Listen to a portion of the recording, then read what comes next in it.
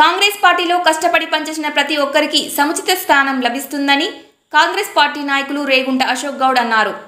రాష్ట్ర trade promotion corporation chairman ఐత Prakash రెడ్డిని రాష్ట్ర ప్రభుత్వం నియమించడంపై హర్షం వ్యక్తం చేశారు. పెద్దపల్లి జిల్లా కేంద్రానికి వచ్చిన ఐత ప్రకాష్ రెడ్డికి ఘన స్వాగతం పలికి శాలువతో సన్మానించి స్వీట్ల పంపిణీ చేశారు. ప్రజల సంక్షేమమే ధ్యేయంగా రాష్ట్ర పరిపాలన కొనసాగుతుందని, రాష్ట్ర ముఖ్యమంత్రి రేవంత్ రెడ్డి సామర్థ్యమైన పరిపాలన అందిస్తున్నారని, రానున్న రోజుల్లో రాష్ట్ర అభివృద్ధి ధ్యేయంగా కాంగ్రెస్ పార్టీ పరిపాలన కొనసాగుతుందని అన్నారు. ఈ కార్యక్రమంలో కాంగ్రెస్ పార్టీ శ్రేణులు అధిక సంఖ్యలో పాల్గొన్నారు. చాలా సంతోషం. అన్న పెద్దలు ప్రకాష్ రెడ్డి గారు ట్రేడ్ ప్రమోషన్ కార్పొరేషన్ చైర్మన్గా అయ్యి పెద్దపల్లికి రావడం జరిగింది. అన్న మాకు అత్యంత సన్నిహితుడు.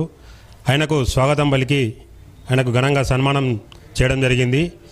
కాంగ్రెస్ ప్రభుత్వం ఏర్పడిన తర్వాత ఏదైతే కాంగ్రెస్ ప్రభుత్వంలో ఇంతకుముందు బీజేపీ బీఆర్ఎస్ పార్టీకి సంబంధించిన వాళ్ళ యొక్క వ్యతిరేక విధానాలను ఎండగట్టి ఆయన గత 30 సంవత్సరాల నుంచి పోరాటం చేసినటువంటి వ్యక్తి. తనను గుర్తించి మంచి రాష్ట్ర పదవి ఇచ్చినందుకు చాలా సంతోషం.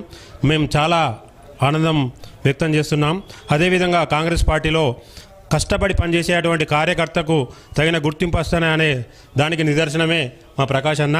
తప్పకుండా కాంగ్రెస్ గవర్నమెంట్ వచ్చింది, ఇక్కడ పనిచేసే వ్యక్తికి తప్పకుండా ఒక గుర్తింపు ఉంటాయి అని చెప్పి ఉదాహరణగా ప్రకాష్ అన్నను చూసుకోవచ్చు.